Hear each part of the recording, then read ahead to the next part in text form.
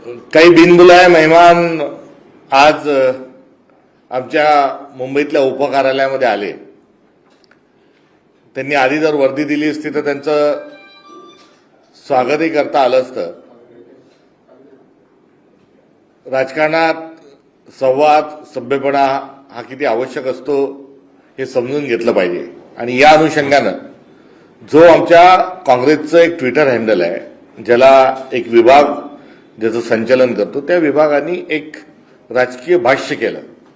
हे कोणत्या काँग्रेस पक्षाच्या नेत्याच्या किंवा व्यक्तिगत हँडलवर नव्हतं, ते पक्ष पातळीवरच्या एका टीमनी एक गुंगी गुड्याच्या अनुषंगानं एक प्रासंगिक एका बीड जिल्ह्यात घडलेल्या घटनेच्या अनुषंगाने एक ट्विट केलं।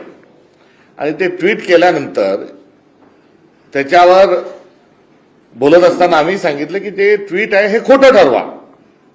एका बाजूला हे अनुरोध पण होता, हे आव्हानही होतं, आणि एक राजकारणातली एक जी सभ्य स्पर्धा ज्याला म्हणता येईल किंवा चांगली हेल्दी जी कॉम्पिटिशन आहे त्याचंही एक प्रतीक कुठेतरी होतं। मी आधी आपल्याला सांगितल्यानुसार इंदिरा गांधी यांना देखील गुंगी गुड्या म्हटल्या गेलं। मात्र इंदिरा गांधींना गुंगी गुड्या म्हटल्यानंतर आमच्या पक्षाचे कार्यकर्ते, गुंडांचा तर प्रश्नच नाही, कार्यकर्ते किंवा समर्थक हे गुंगी गुड्या म्हणणाऱ्या लोकांच्या कार्यालयात नाही गेले, त्यांनी त्याचा विरोध नाही केला। तर इंदिरा गांधींनी त्या गुंगी गुड्या नाहीत तर त्या दुर्गा आहेत हे देशाला स्वतःनं सांगता त्यांच्या कृतीतून पटवून दिलं। हे एक उदाहरण आपल्याजवळ आहे। दुसरं, मनमोहन सिंग साहेबांना सातत्यानं भारतीय जनता पक्ष आणि विरोधक मौनी बाबा म्हणून त्यांचा उपहास कुठेतरी करत असल्याचं आपण बघितलं।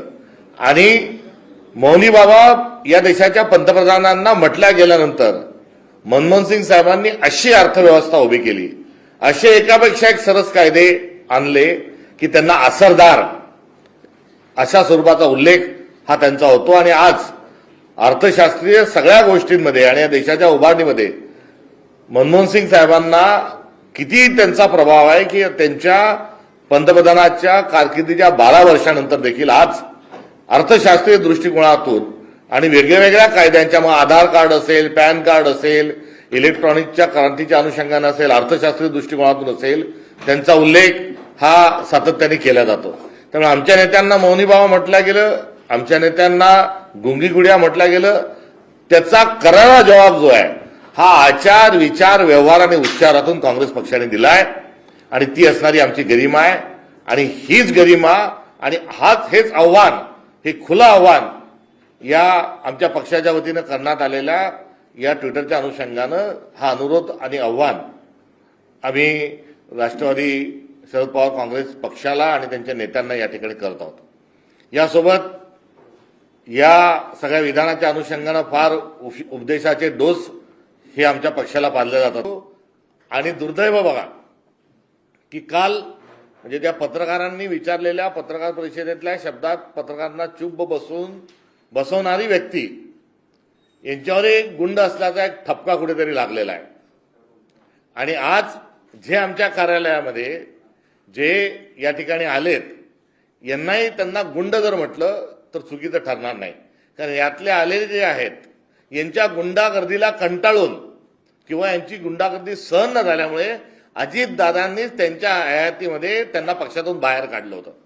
त्यातली एक व्यक्ती तर इतकी गुंड आहे की संभाजी ब्रिगेडचे कार्यकर्ते सुनील तटकरे साहेबांना निवेदन द्यायला गेले असताना त्या ठिकाणी त्यांच्याशी बोलत असतानाचा जो एक संदर्भ होता त्यातून बेदम मारहाण ही संभाजी ब्रिगेडच्या आणि मराठा समाजाच्या आरक्षणाच्या मुद्द्यावर गेलेल्या लोकांना मारहाण करणारी व्यक्ती आज थेट गांधी भवनापर्यंत या ठिकाणी आली। त्यामुळे गांधींवर नथुराम गोडसेंनी जे आक्रमण केलं होतं त्या नथुरामी प्रवृत्तीतून अनेक जे आमच्यावरचे आरोप आहेत, अनेक जे हल्ले आहेत, हे अनेक हल्ले झालेले आहेत। आणि आमच्या